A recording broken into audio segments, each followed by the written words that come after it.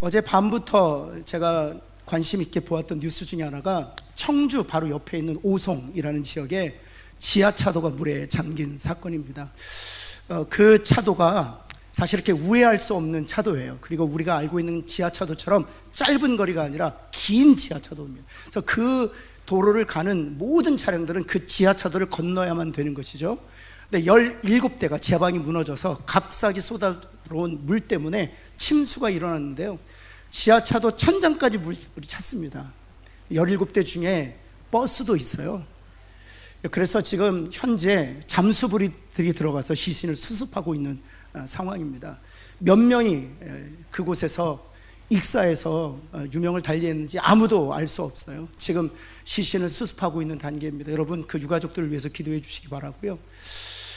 여러분 곳곳에서 지금 침수 피해가 잇따르고 있죠. 그리고 지금 산사태 위험도 계속 되어지고 있습니다. 지금 현재 내일 200mm 정도가 더 온다고 해요. 지금이 사실은 이제 마지막 찰 때까지 찼는데 내일 200mm까지 내리면 산도 무너지고 또 다리도 끊기고 또 제방이 무너져서 삶의 터전을 잃게 되는 그런 또 생명까지 위협을 받게 되는 상황입니다.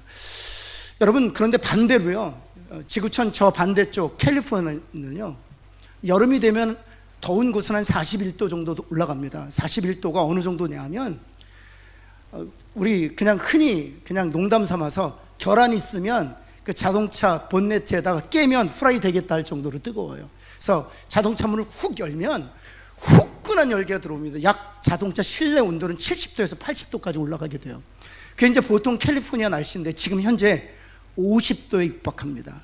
그래서 수많은 사람들이 지금 그 뜨거움 때문에 지금 생명을 잃고 있어요. 특별히 시니어들, 그리고 특별히 해안가는 평균 온도가 27도예요. 그래서 에어컨디션이 필요 없는 그런 시원한 날씨를 유지하고 있는데 지금 그곳도 50도까지 육박해서 에어컨 없이 그 더위 때문에 생명을 잃고 발견되는 어른들이 굉장히 많습니다.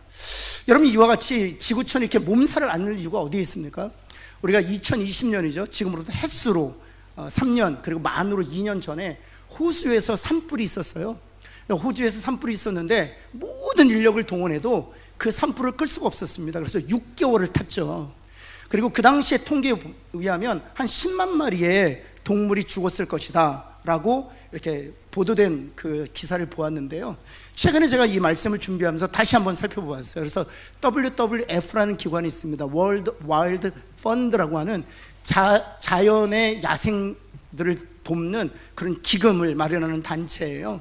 그래서 산불이 이제 다 종료되고 이제 그 지역에 들어가서 그 피해 상황을 확인했는데 저도 깜짝 놀랐어요.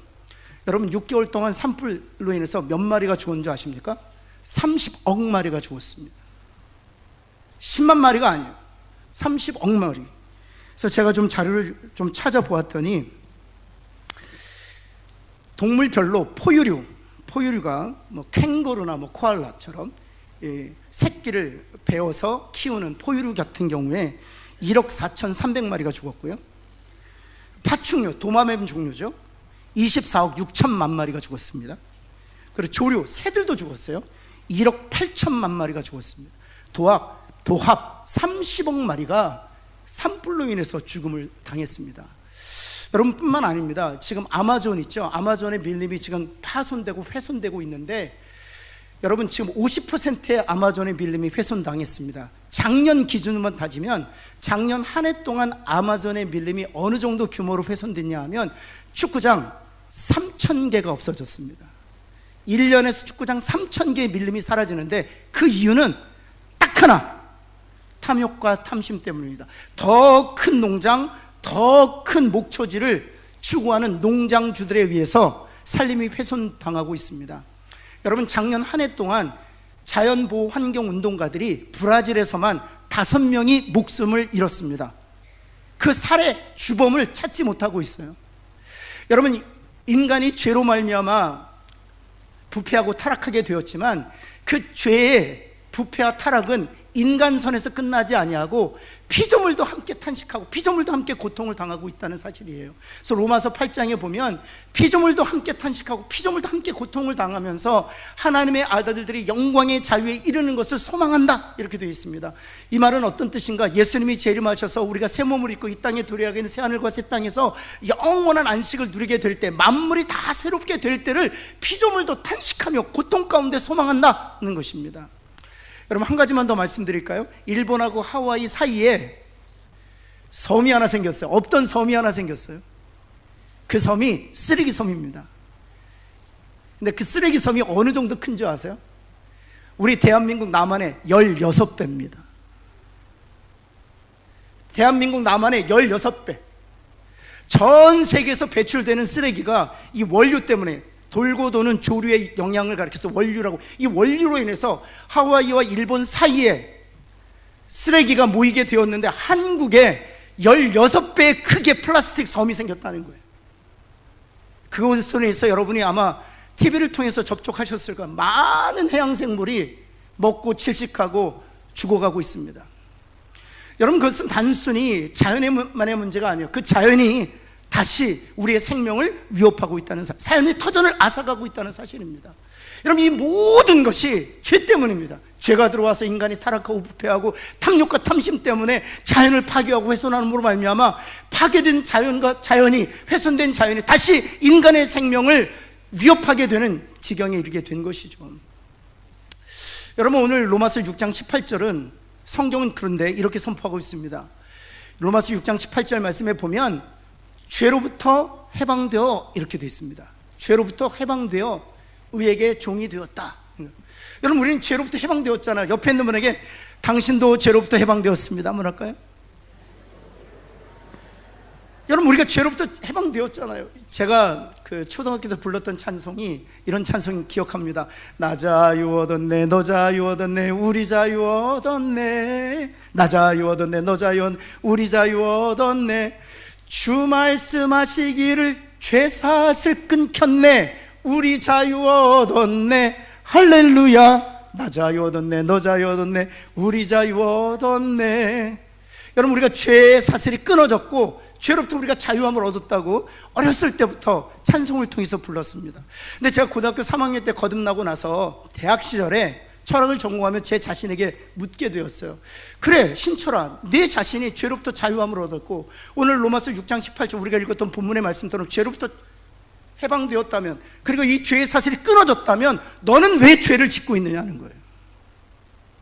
이 땅에 수많은 그리스도인들이 있습니다. 수많은 그리스도인들이 죄로부터 해방되었고 죄로부터 자유하게 되었고 우리가 불렀던 찬양처럼 죄의 사슬이 끊겨졌다면 왜 수많은 그리스도인들이 여전히 죄를 짓고 있느냐는 거예요. 여러분, 그렇다면 죄로부터 해방되었다, 죄로부터 자유케 되었다, 죄의 사슬이 끊어졌다는 진정한 의미는 무엇입니까? 살펴보면서 그 죄로부터 해방되고 자유되고 죄의 사슬이 끊겨진 우리들에게 하나님께서 요구하는 삶이 무엇인지 살펴보면서 함께 은혜를 나누고자 합니다.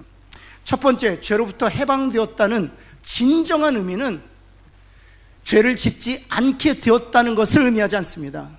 죄로부터 해방되었습니다, 죄로부터 자유케 되었습니다, 죄의 사슬이 끊어졌습니다 라는 진정한 의미는 죄를 짓지 않게 되는 존재가 되었다는 것을 의미하지 않는다는 사실입니다. 여러분, 옆에 있는 분에게 여전히 죄를 지을 수 있습니다 한번 할까요? 여러분, 이것이 우리 그리스도인의 정체성입니다. 여러분, 로마서 7장 19절에 로마서 6장 우리가 읽었던 18절에서는 죄로부터 해방되었습니다 라고 사도 바울을 통해서 우리에게 가르치고 주고 계시는데, 7장에서 죄로부터 해방되었다는 것이 어떤 의미인지를 가르쳐주고 있는데 7장 19절 말씀이죠. 한번 볼까요? 내가 원하는 바, 여기서 내가는 신자일까요, 불신자를 말하는 것일까요? 신자를 의미합니다. 그리스도인들을 얘기합니다. 거듭난 하나님의 백성들, 거듭난 하나님의 백성들이 원하는 것이 있는데 선을 원한다는 것입니다. 그리고 도리어 악을 미워한다. 여러분, 이렇게 거듭난 그리스도인들이 선을 원하고 악을 미워하게 된 것은 하나님께서 우리의 죽었던 영을 새롭게 태어나게 하셔서 우리로 하여금 새 사람이 되게 하셨기 때문입니다. 새로운 자아를 우리에게 허락해 주셨기 때문에 선은 원하고 악은 미워하는 그런 새로운 그런 자아를 가지게 된 것이죠. 그런데 내가 원하는 바 선은 행하지 아니하게 되었고 도리어 미워하는 바 악을 행하게 되었다는 것입니다. 왜일까? 우리가 그리스도의 보혈로 죄사함 얻고 값없이 의롭게 되어 하나님의 자녀가 되었음에도 불구하고 새로운 자아가 원하는 선은 행하지 아니하고 도리어 미워하는 악을 행하고 있는데 그 이유가 무엇이냐는 것입니다. 20절 말씀에 그 이유를 이렇게 설명하고 있습니다. 우리 한번 같이 한번 읽어볼까요? 시작. 만일 내가 원하지 아니하는 그것을 하면 이를 행하는 자는 내가 아니요 내 속에 거하는 무엇이라고요? 거듭난 내가 아니라 내 속에 내 육체에 내 감정과 정서와 이성과 지식에 죄가 있기 때문에 죄가 나로 하여금 무한하지 아니하는 것을 하게 한다는 것입니다. 새로운 자아는 선 행하기를 원해요. 새로운 자는 악을 미워해요.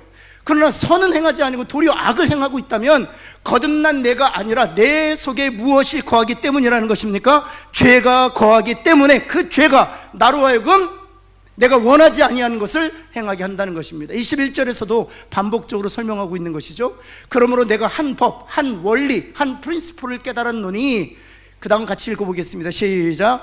선을 행하기 원하는 나에게, 그쵸, 새로운 자아를 가지고 있기 때문에 선 행하기를 원해요.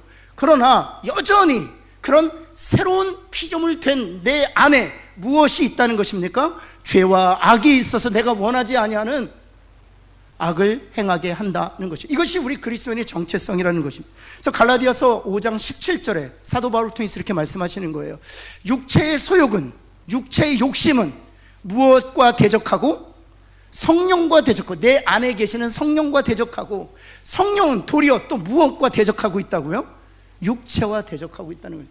우리 안에, 우리의 심령과 우리의 마음 안에, 우리의 영혼 안에 육체의 소욕과 성령의 소욕이 있어서 서로 영적 전쟁 가운데 있다는 사실입니다. 이것이 우리 그리스도인들의 지금 상황이요, 우리들의 정체성이라는 것입니다. 그리고 그런 관점을 가지고, 그런 시각을 가지고 성경을 보면 이해가 돼요.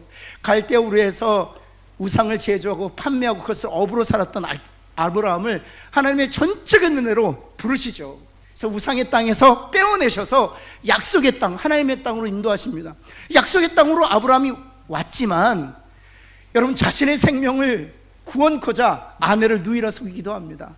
또 뿐만 아니라 상속자 때문에 걱정이 이만저만 아니었던 아브라함을 데려다가 하늘의 별을 보여주시면서 내 후손이 이와 같을 것이라 언약하고 약속하셨음에도 불구하고 그 언약과 약속이 마르기도 전에 16장에서 하갈을 취함으로 인간적인 방법으로 자신의 문제를 해결하려고요. 여러분, 여전히 하나님의 자녀가 되었지만 육체 안에 무엇이 있다고요? 죄가 있어서 원하는 선은 행하지 않고 도리어 미워하는 악을 행하고 있다는 사실입니다. 다윗 어떻습니까? 여러분, 사울을 죽일 수 있는 두 번의 기회가 있었지만 자신의 인생을, 자신의 미래를 하나님께 맡겨요.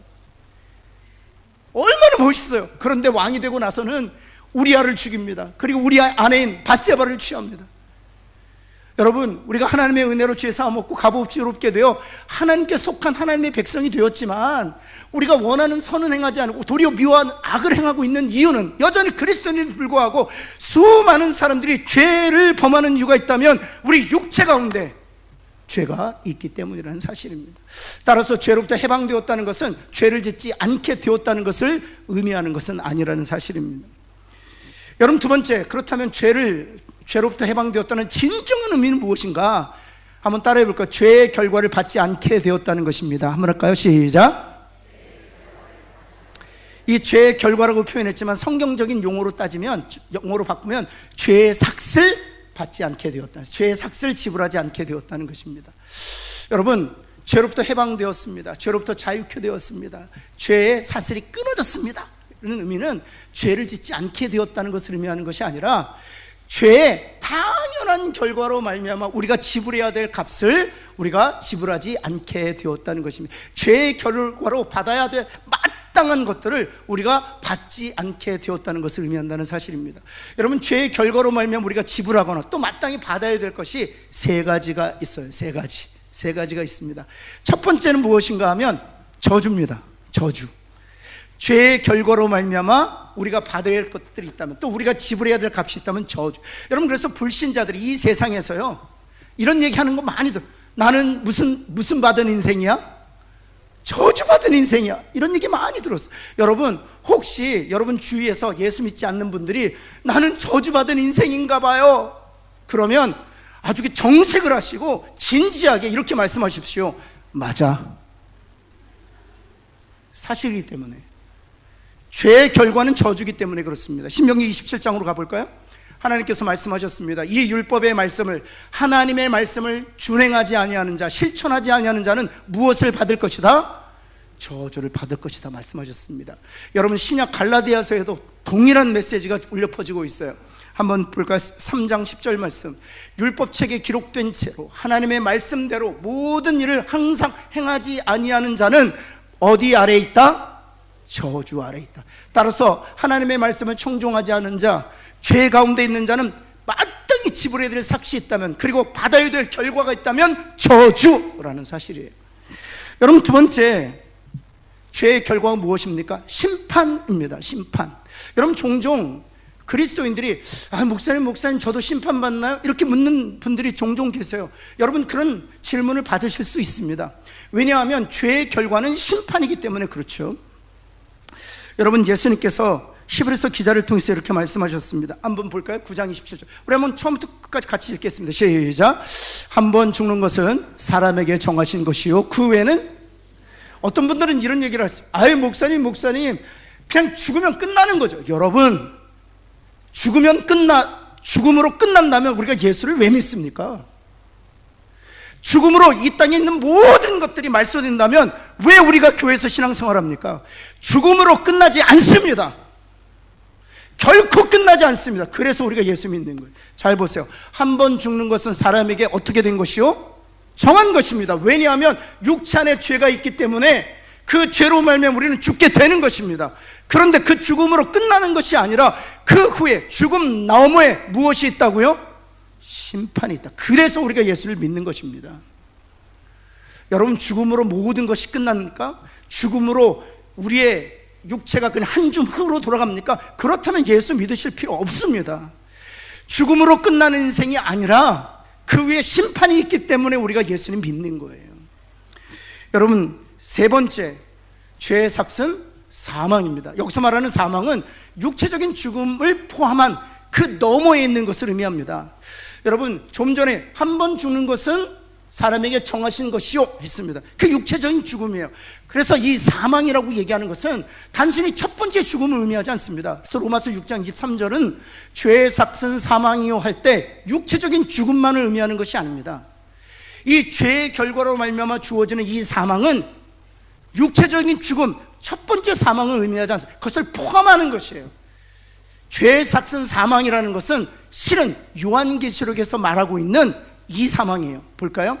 2장 11절 말씀에 보면, 귀 있는 자는 성령이 교회들에게, 성령께서 하나님의 백성들에게 하시는 말씀을 들을지어다. 믿음으로 말미암아 죽음을 이기는 자는 무슨 사망의 해를 받지 않는다? 둘째 사망. 왜 둘째 사망이라고 얘기하는 것입니까? 첫째 사망을 전제로 하기 때문에 둘째 사망이 있다고 말하고 있는 것입니다. 그럼 둘째 사망이 무엇입니까? 바로 히브리서 9장 27절에서 말하고 있는 것처럼 한 번 죽는 것은 첫 번째 사망이에요. 그 후에 심판이 있는데 그 심판으로 말미암아 우리에게 주어지는 것이 두 번째 사망, 영원한 사망이란 말이에요. 여러분, 죄의 삭수로 말미암아 주어지는 것 세 개입니다. 이 땅에서 저주받습니다. 그리고 예수님 오시는 날 심판받습니다. 마지막으로 그 심판을 통해서 영원한 사망의, 둘째 사망의 해를 받는 것이죠. 그것이 바로 죄를 지은 사람들이 마땅히 받아야 될 것이요, 지불해야 될 값이라는 것이죠. 그런데 놀라운 것은 죄로부터 해방되었다, 죄로부터 자유케 되었다, 죄의 사슬이 끊어졌다, 고리가 끊어졌다는 것이 무엇을 의미하느냐? 저주와 심판과 사망을 받지 않는다는 거예요. 여러분, 한번 볼까요? 갈라디아 3장 13절 말씀 볼까요? 우리 한번 같이 한번 노란색으로 하이라이트 한번 읽겠습니다. 시작. 그리스도께서 우리를 위하여 무엇을 받으셨다고요? 그래서 이것을 가리켜서 복된 소식, 굿뉴스, 가스펠, 복음이라고 얘기하는 거예요. 누가 내가 지불해야 될 저주를 대신 받으셨다고요? 주님이 율법의 저주에서 저와 여러분을 건져내셨다는, 자유케 하셨다는 것입니다. 옆에 있는 분에게 당신을 위해서 주님이 저주를 대신 받으셨습니다 한번 할까요? 그래서 굿뉴스, 기쁜 소식이라고 얘기하는 거예요. 내가 받아야 될 저주였지만 주님이 그 저주를 다 담당하셨다는 사실이에요. 따라서 우리는 저주 아래 있는 인생이 아니라 은혜 아래 있는 인생인 줄을 믿습니다. 여러분, 두 번째, 여러분, 심판은 어떻게 될까요? 여러분, 요한복음 3장 18절에서 분명히 주님이 이렇게 말씀하셨어요. 같이 한번 읽을까요? 시작. 그를 믿는 자는 심판을 받는다고요? 받지 않는다고요? 받지 않습니다. 왜냐하면 주님이 십자가에서 우리가 받아야 될, 여러분이 받으셔야 될 모든 심판을 다 받으셨기 때문이에요. 그래서 주님이 십자가에서 다 이루었도다 라고 말씀하시는 거예요. 다 심판을 받으셨다는 거예요. 하나도 남김없이 제가 받아야 될 모든 죄에 대한 심판을 주님이 친히 담당하셨다는 사실. 사랑하는 성도 여러분, 하나님이 주신 믿음으로 말미암아 예수님과 연합된 자는 이미 주님께서 십자가에 지불하신 심판의 값을 다 지불한 자예요. 우리는 심판받지 않게 될 줄을 믿습니다. 옆에 있는 분에게 당신도 심판받지 않습니다 한번 할까요? 한번 따라해요. 나도 심판받지 않습니다. 그렇죠. 우리가 잘해서 아니에요. 우리가 의로워서 아니에요. 우리가 선한 행위가 있어서 아니에요. 주님이 우리 대신 죄의 값, 심판을 다 지불하셨기 때문이에요. 여러분, 그렇다면 둘째 사망은 어떨까요? 둘째 사망에 대해서 계시록을 통해서 하나님께서 우리에게 이렇게 말씀하십니다. 한번 볼까요? 계시록 20장 6절 말씀. 이 첫째 부활에 참여하는 자들, 누구를 말하는가 하면 영원히 잠잘 것이 아니라 주님이 다시 오시는 날 주님처럼 잠에서 깨어나 새 몸을 입고 부활하는 모든 그리스도인들만, 그 모든 그리스도인들은 복이 있고 거룩한데 그 이유가 어디 있느냐? 둘째 사망이 그들을 다스리는 권세가 있다고요? 없다고요? 없다고요. 당연합니다. 심판받지 아니하고 우리가 천국에서 영원한 안식과 영원한 생명을 누릴 것이기 때문에 둘째 사망의 권세가 우리를 해할 수 없다는 사실이에요. 따라서 죄로부터 해방되었습니다. 죄로부터 자유케 되었습니다. 죄의 사슬이 끊어졌습니다 라는 의미는 죄를 짓지 않게 되었다는 의미가 아니라 여전히 우리 육체 가운데 있는 죄로 말미암아 우리가 죄의 수렁에 빠질 수 있지만 그 죄값을 우리가 지불하지 않도록 주님이 십자가에서 단번에 영원히 다 지불하셨다는 사실이에요. 우리는 저주도 받지 아니하고 심판도 받지 아니하고 사망의 값도 지불하지 아니한 그 모든 죄의 결과로부터 자유케 된, 해방하게 된 그 죄의 고리로부터 끊겨진 하나님의 백성인 것을 믿는 저와 여러분 되기를 예수 그리스도는 축원합니다. 여러분, 그렇다면 여기서 끝나나요? 여러분, 이스라엘 백성들을 하나님께서 애굽에서 구원하시고 나서 거기서 끝인가요? 아니요. 가나안 땅에 들어가시는 것이잖아요. 우리를 죄의 종으로부터 해방된 것은 또 다른 이유가 있어요. 여러분, 로마서 6장 18절 말씀에 주님께서 이렇게 말씀하십니다. 한번 볼까요? 로마서 6장 18절. 우리 한번 같이 한번 처음부터 읽겠습니다. 시작. 죄로부터 해방되어, 그쵸, 죄로부터 우리를 해방시키신 것은 의의 종이 되게 하시기 위함이라는 사실이에요. 한번 따라 볼까요? 죄로부터 해방시키신 것은 의의 종이 되게 하시기 위함입니다. 우린 죄의 종으로 살았어요. 그런데 죄의 종으로부터 우리를 자유케 하셔서 우리로 하여금 의의 종으로 살게 하시기 위함이라는 것이죠. 그렇다면 의에게 종이 된다는 것은 무엇을 의미하느냐? 여러분, 로마서 6장을 한번 보시면 그 같은 장에서 하나님께서 바울을 통해 이렇게 설명하십니다. 이제는 너희가 죄로부터 해방되어 누구에게 종이 되어? 하나님께 종이 되라는, 의에게 종이 되라는 것은 하나님께 종이 되라는 것입니다. 그리고 더 나아가서 거룩이라는 열매를 맺으라는 거예요. 사랑하는 성도 여러분, 죄로부터 해방되셨습니까? 하나님께 종이 되어 거룩이라는 열매를 풍성한 맺으며 사는 저와 여러분 되길 간절히 소원합니다.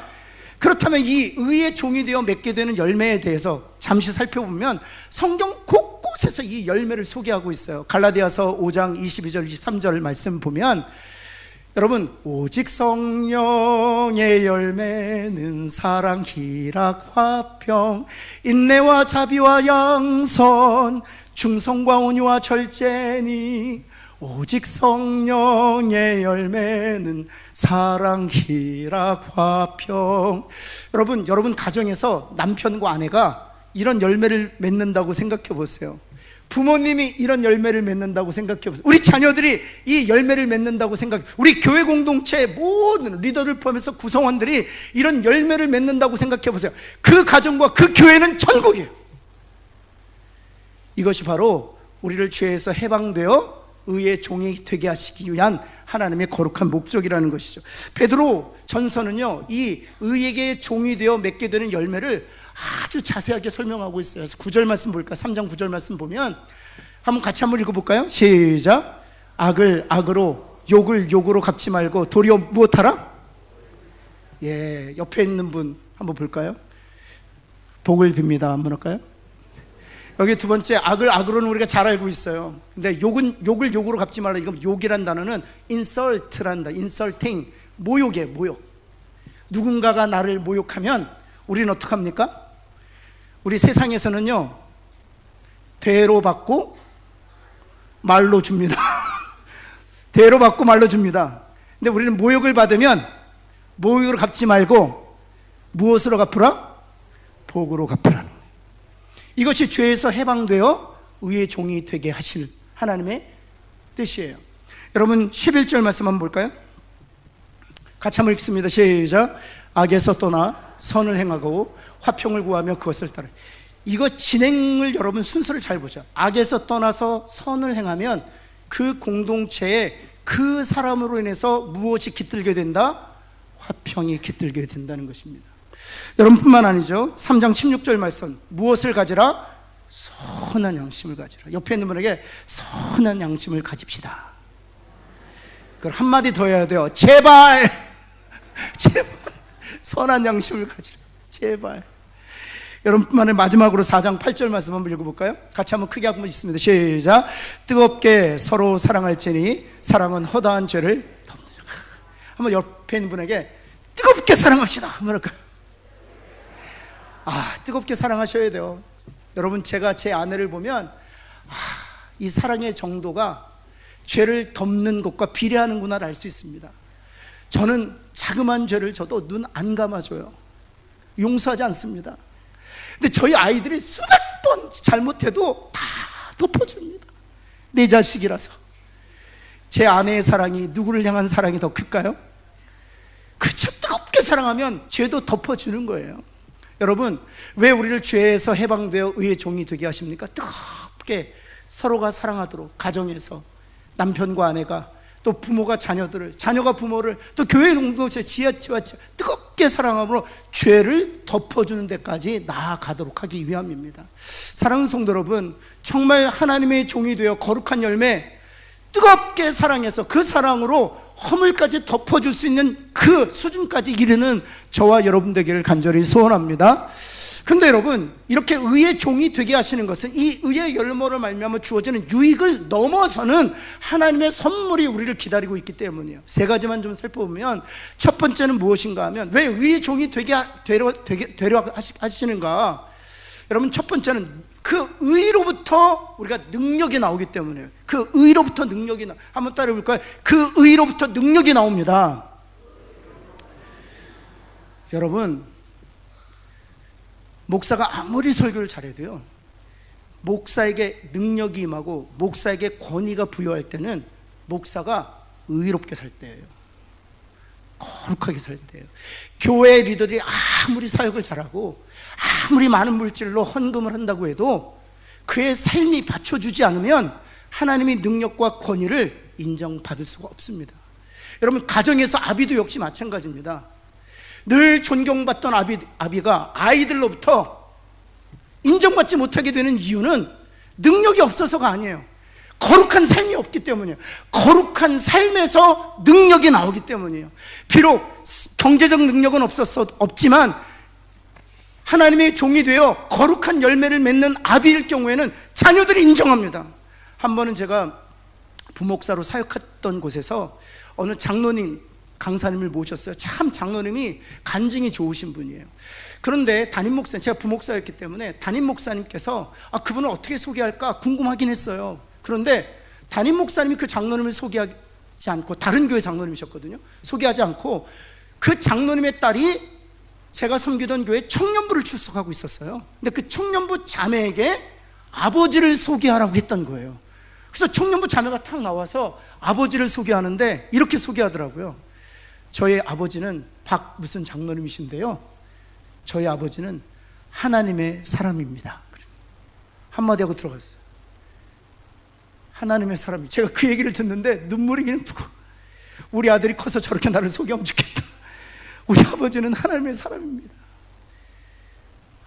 여러분, 그것으로 그 장로님은 모든 보상을 다 받아요.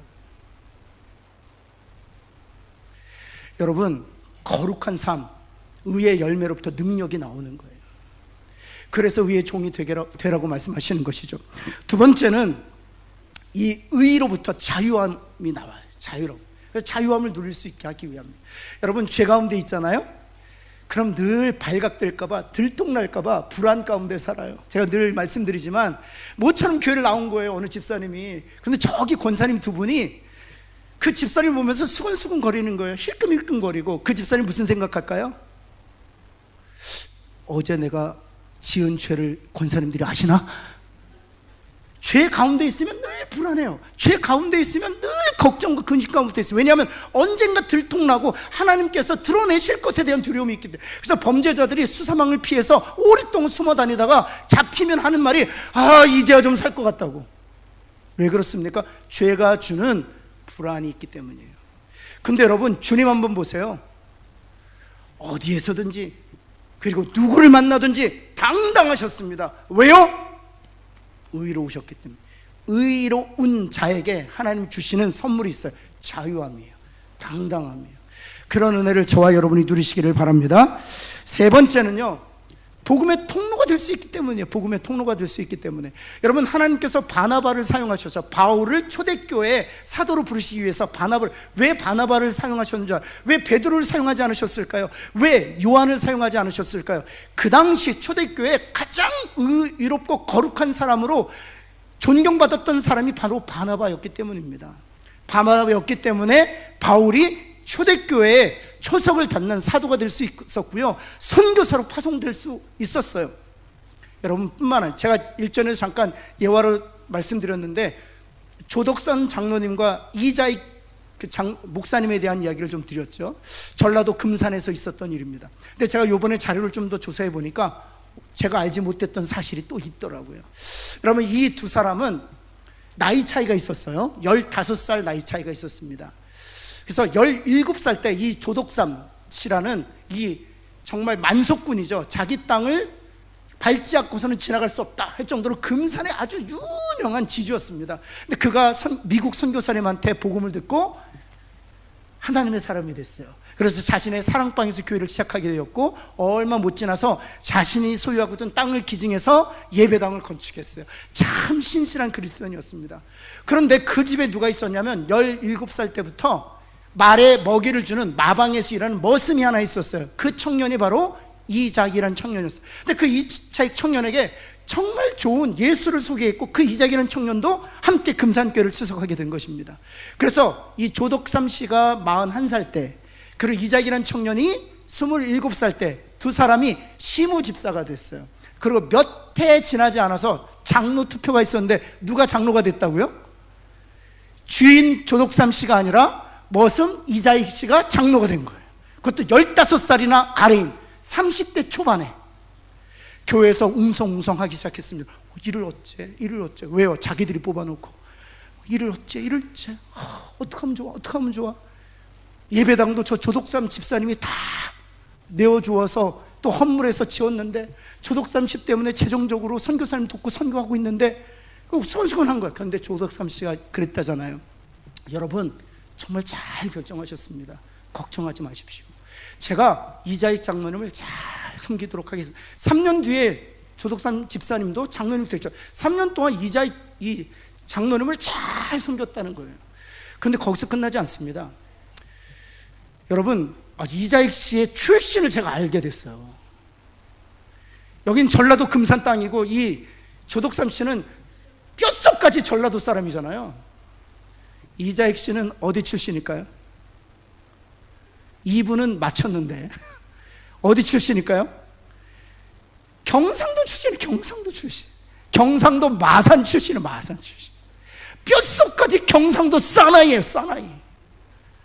여러분, 전라도 금산교에서 전라도 사람들이, 지금은 왕래가 많지만 그 당시에는 왕래가 없었어요.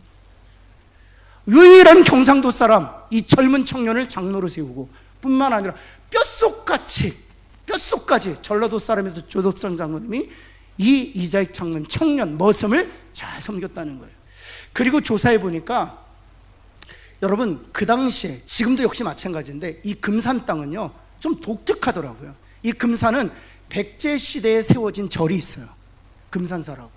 한 1500년 됐습니다. 뿐만 아니고요, 여러분 동학의 본산이 바로 금산이고요. 혹시 여러분 진흥교라고 아세요? 유교, 불교, 선교가 함께한 게 진흥교예요. 거기 본산이 금산에 있습니다. 더 나가서 여러분 대순진리회 아시죠? 대순진리회 총본산이 금산에 있어요. 하여튼 이 금산 땅은 정말 각양각색의 종교가 아주 밀집되어 있는 지역이에요. 그런데 놀라운 것은 교회사를 보면 폭발적으로 교인 수가 증가했던 때가 있어요. 폭발적으로. 아니 금산 땅에 있었던 사람들은 다 예수 믿었던 때가 있어요. 언제일까요? 바로 이 조덕삼 씨하고 이자익 장로님이 교회를 섬길 때였습니다. 결국에는 이자익 장로님이 조덕삼 장로님의 지원을 받아서 평양신학교에서 신학 공부하고 다시 조덕삼 장로님 모셔서 그 교회 일대 목사님으로 섬기게 했죠. 그때 금산 땅에 수많은 다른 종교가 있었지만 강력하게 하나님 역사하셨어요. 왜요? 복음의 통로로서 그 두 사람을 사용하셨기 때문이에요. 여러분 세상이 할 수 있는 일 하면은요 세상이 감동받지 못합니다. 세상이 할 수 없는 일 할 때 세상이 놀라는 거예요. 그런 의의 종들, 하나님의 종들 되어 거룩한 열매를 맺어가는 저와 여러분 되기를 예수 그리스도는 축원합니다. 기도하겠습니다. 하나님 주님 앞에 간절히 기도합니다. 우리 교회는 차별이 없는 교회가 되게 하여 주옵소서. 우리 교회는 정말 뜨겁게 사랑해서 허물을 덮어주는 교회가 되게 하여 주옵소서. 세상이 할 수 있는 정도의 그런 선한 일, 거룩한 일, 의로운 일을 하는 것이 아니라 세상 사람들이 감당할 수 없는 그런 하나님만이 하실 수 있는, 하나님의 사람들만이 할 수 있는 그런 거룩한 열매, 의의 열매들이 우리 교회 가운데 가득하게 하여 주옵소서. 예수 그리스도의 이름으로 기도합니다. 아멘.